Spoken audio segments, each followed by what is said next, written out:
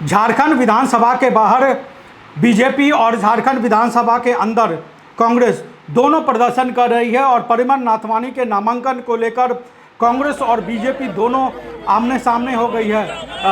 परिमल नाथवानी के नामांकन में कई तरह की त्रुटियां पाई गई थी, उनके नाम को लेकर, उन पर जारी मुकदमों को लेकर और परिवार को लेकर कई तरह की जानकारियां अधूरी थी। उनको लेकर निर्वाचन आयोग ने बुधवार को परिमल नाथवानी को अपना पक्ष, अपने त्रुटियों के बारे में स्पष्टीकरण पूछा था। लेकिन उसी बीच दो मामला जो राज्यसभा चुनाव हो रहे हैं, एक मध्य प्रदेश में, दूसरा झारखंड में, दो मामले ऐसे आए जहां पर निर्वाचन आयोग ने मध्य प्रदेश में जहां महज 1 से 1.5 घंटे कांग्रेस प्रत्याशी को अपनी त्रुटियों को सुधारने के लिए दिया, लेकिन दूसरी तरफ झारखंड में जो है वो निर्वाचन पदाधिकारी ने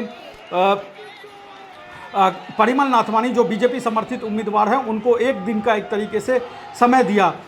मध्य प्रदेश में मीनाक्षी नटराजन का नामांकन रद्द कर दिया गया और वहां पर तीसरी सीट को लेकर मध्य प्रदेश में तीसरी सीट जो कांग्रेस के झोली में जाने वाली थी वो बीजेपी के खाते में चली गई। उस मामले को लेकर मध्य प्रदेश में कई तरह से कांग्रेस पार्टी ने प्रदर्शन किया। वहीं उसका असर मध्य प्रदेश में जिस तरीके से मीनाक्षी नटराजन का नामांकन रद्द किया गया, उसका असर झारखंड में देखने को मिला है। और झारखंड में परिमल नाथवानी के नामांकन को लेकर कांग्रेस पार्टी और बीजेपी भिड़ गई है। कांग्रेस पार्टी विधानसभा के अंदर प्रदर्शन कर रही है।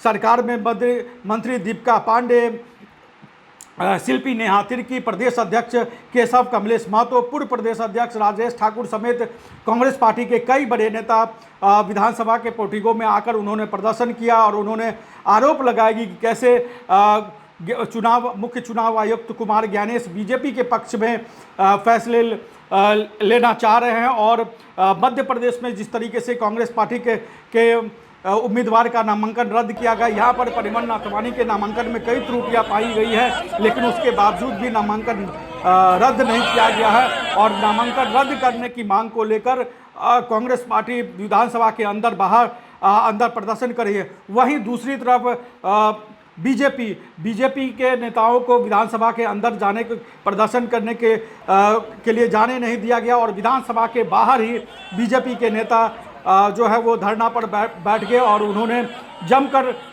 नारेबाजी की। हालांकि कुछ नेताओं को, बीजेपी के कुछ नेताओं को अंदर पहुंचने में वो कामयाब हुए। वो जहां पर कांग्रेस के नेता प्रदर्शन कर रहे हैं उसके ठीक सामने 3 से 4 की संख्या में बैठ के बीजेपी के नेता नारेबाजी करते रहे और ये पूरा मामला कानूनी पेचीदगी में भी फंसता हुआ नजर आ रहा है। जो कांग्रेस पार्टी ने इस मामले को लेकर अपने दूत को एक तरीके से भेजा है झारखंड और सलमान खुर्शीद जो पूर्व केंद्रीय मंत्री रह चुके हैं और देश के बड़े अधिवक्ता हैं, कांग्रेस पार्टी ने उनको रांची भेजा है और दिल्ली से सलमान खुर्शीद रांची आए हैं। मंत्री इरफान अंसारी और शिल्पी नेहा तिर्की खुद उनको रिसीव करने के लिए एयरपोर्ट पहुंचे। उसके बाद सलमान खुर्शीद को लेकर दोनों मंत्री विधानसभा आए हैं और परिमल नाथवानी के नामांकन को लेकर कांग्रेस पार्टी अपने तौर पे पूरी जोर आजमाइश कर रही है कि किसी तरीके से निर्वाचन पदाधिकारी परिमल नाथवानी के नामांकन को रद्द करे। दूसरी तरफ बीजेपी ये प्रदर्शन कर रही है कि कांग्रेस जो है वो अनावश्यक दबाव बना रही है और ये एक गलत परंपरा शुरू करी है। इसी मामले को लेकर जो बीजेपी के प्रदेश अध्यक्ष है आदित्य साहू, उन्होंने प्रेस कॉन्फ्रेंस भी किया। उन्होंने आरोप लगाया कि कांग्रेस पार्टी धन बल का इस्तेमाल कर रही है और कांग्रेस पार्टी बाहरी उम्मीदवार को लेकर आई है और उसके लिए धन बल का प्रयोग अपने तौर पर किया जा रहा है। थेला सेठ को लेकर आए हैं, लेकिन आदित्य साहू जब ये प्रेस कॉन्फ्रेंस कर रहे थे तो वो शायद मुझे लगता है कि उनसे चूक हो गई। कांग्रेस प्रत्याशी को उन्होंने धन्ना सेठ कहा है, जबकि परिमल नाथवानी जिनका वो समर्थन कर रहे हैं वो देश के बड़े उद्योगपतियों में से एक है परिमल नाथवानी।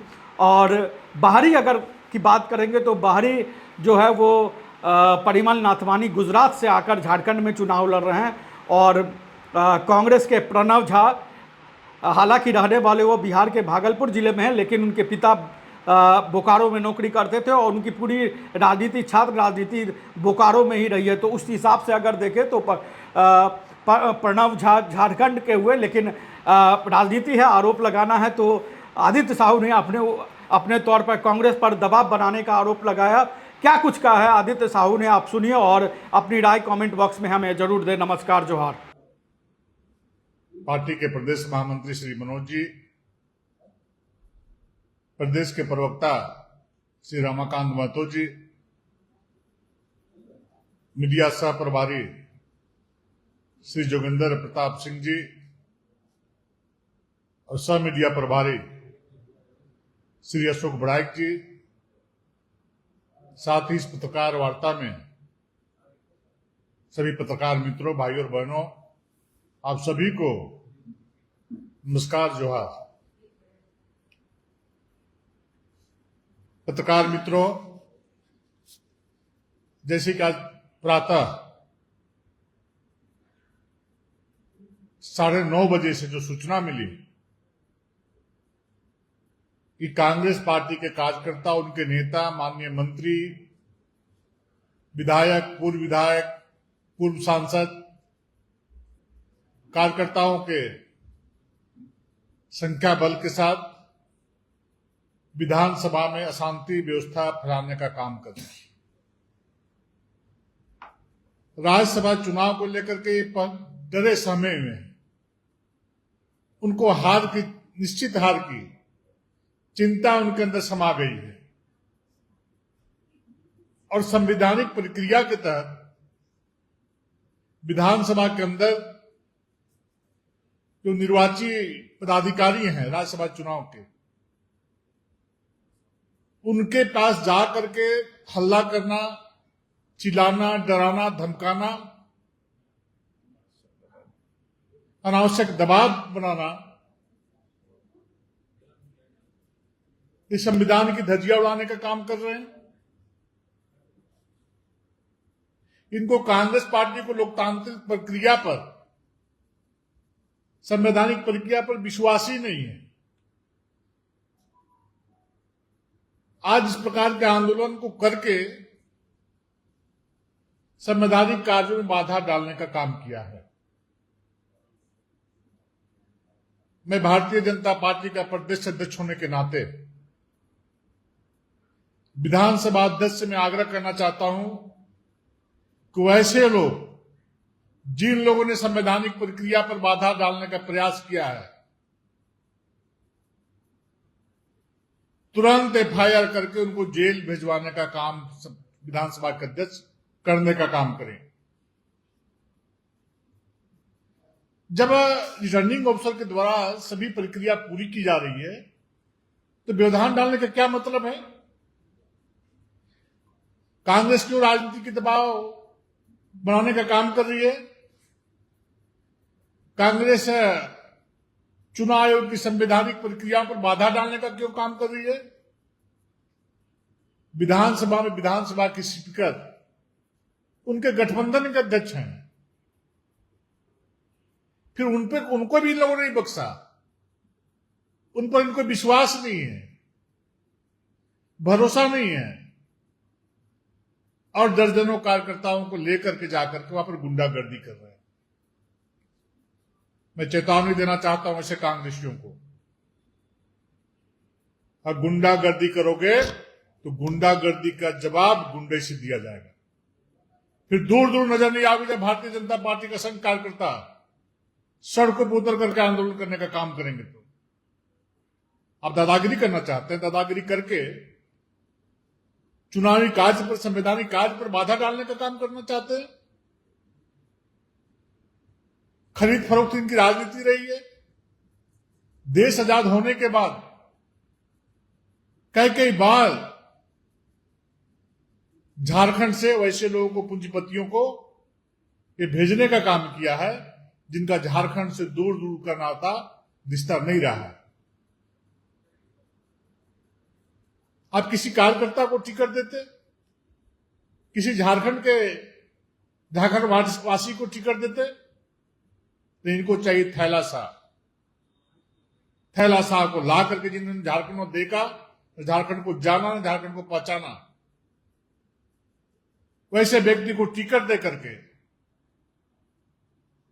तांडव मचाने का काम कर रहे हैं। जैसी जानकारी मिली हम लोगों को भी किस प्रकार का गुंडाई कांग्रेस के द्वारा किया जा रहा है, कांग्रेस लोगों द्वारा किया जा रहा है, वो सारे अंदर घुसे हुए हैं विधानसभा के अंदर में। हमारे कार्यकर्ताओं ने भी उनको प्रोटेस्ट करने के लिए जाने का काम किया है, लेकिन हमारे कार्यकर्ताओं को विधानसभा के गेट के बाद बाहर रखने का काम किया वहां का प्रशासन ने, और कांग्रेस के कार्यकर्ता नेता सब विधानसभा के अंदर घुसे हुए हैं। ये दोहरा मापदंड नहीं चलेगा। भेदभाव की राजनीति प्रशासन करना बंद करे, तो प्रशासन को भी मुंहतोड़ जवाब देने का काम भारतीय जनता पार्टी के कार्यकर्ता करने का काम करेंगे।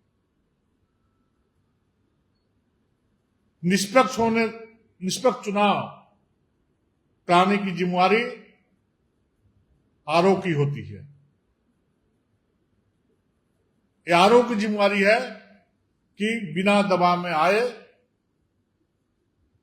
जो सही है उसको सही करें, जो गलत है उसको गलत करने का काम करें।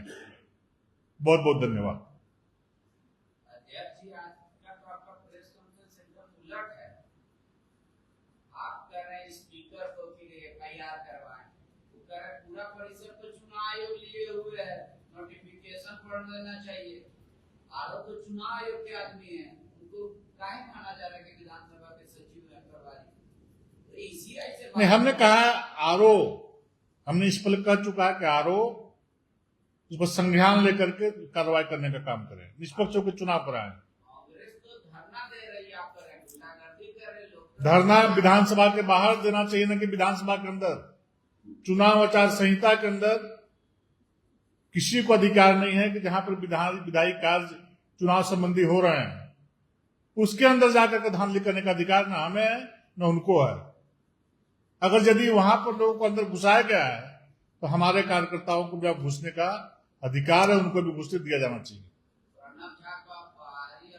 बायोम इंस्टीट्यूट नीट की तैयारी के लिए एक भरोसेमंद नाम। यहाँ अनुभवी फैकल्टी, स्मार्ट क्लासरूम और बेहतरीन टीचिंग मेथड से स्टूडेंट्स को मिलती है मजबूत तैयारी। यहाँ हर स्टूडेंट को मिलता है पर्सनल गाइडेंस और डाउट क्लियरिंग का पूरा सपोर्ट। नीट 2027 और 28 के लिए फेज 2 बैच 30 अप्रैल से शुरू हो रहा है। आज ही बायोम इंस्टीट्यूट से जुड़े और अपने डॉक्टर बनने के सपने को दे सही दिशा। बायोम इंस्टीट्यूट सिर्फ मेडिकल प्रिपरेशन का संस्थान। रॉयल इंडिया में आपका स्वागत है। भारत के सबसे विश्वसनीय सोलर मोटर पंप और एमपीपीटी कंट्रोलर निर्माता। रॉयल इंडिया का high performance movable trolley solar water pumping system प्रस्तुत है।